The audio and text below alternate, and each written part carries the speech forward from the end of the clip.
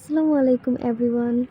তো আজকে first year MBBS এর ক্ষেত্রে যে বইগুলো লাগবে সেগুলোই দেখাবো। তো এই ভিডিওতে হচ্ছে মেইনলি অ্যানাটমির ক্ষেত্রে কোন বই লাগবে সেগুলো বলছি। আমাদের অ্যানাটমির ক্ষেত্রে হচ্ছে গ্রসের জন্য কিছু বই লাগবে, হিস্টোলজির জন্য কিছু বই লাগবে, এমব্রায়োলজি অ্যান্ড জেনারেল অ্যানাটমির জন্য কিছু বই লাগবে।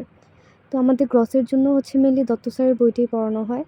তো অ্যানাটমির ক্ষেত্রে হচ্ছে 3টা টার্ম থাকে। তো ফার্স্ট টার্মে হচ্ছে আমাদের থোরাক্স থাকবে আর হচ্ছে সুপিরিয়র এক্সট্রিমিটি থাকবে।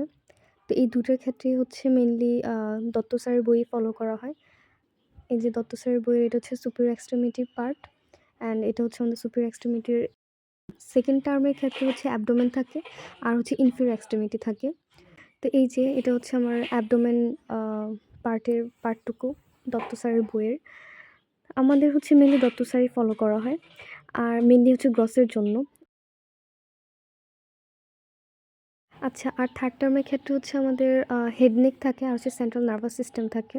তো হেড নেক পার্টটাও হচ্ছে দত্ত স্যারের বই থেকেই পড়া হয়, কিন্তু আমাদের যে সেন্ট্রাল নার্ভাস সিস্টেম পার্ট আছে বা সিএনএস আছে ওটা হচ্ছে আমাদের পড়ানো হয় আরেকটা বই থেকে।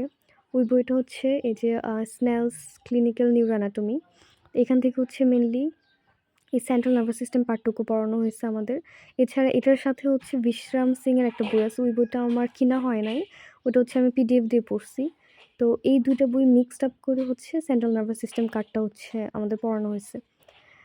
এই হচ্ছে লাইক গ্রসের জন্য।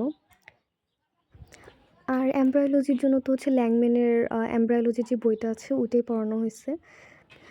আর জেনারেল অ্যানাটমির ক্ষেত্রে বিডি চরেশের বইটাই হচ্ছে ভালো। আর হিস্টোলজির ক্ষেত্রে হচ্ছে অ্যাটলাস অফ হিস্টোলজি।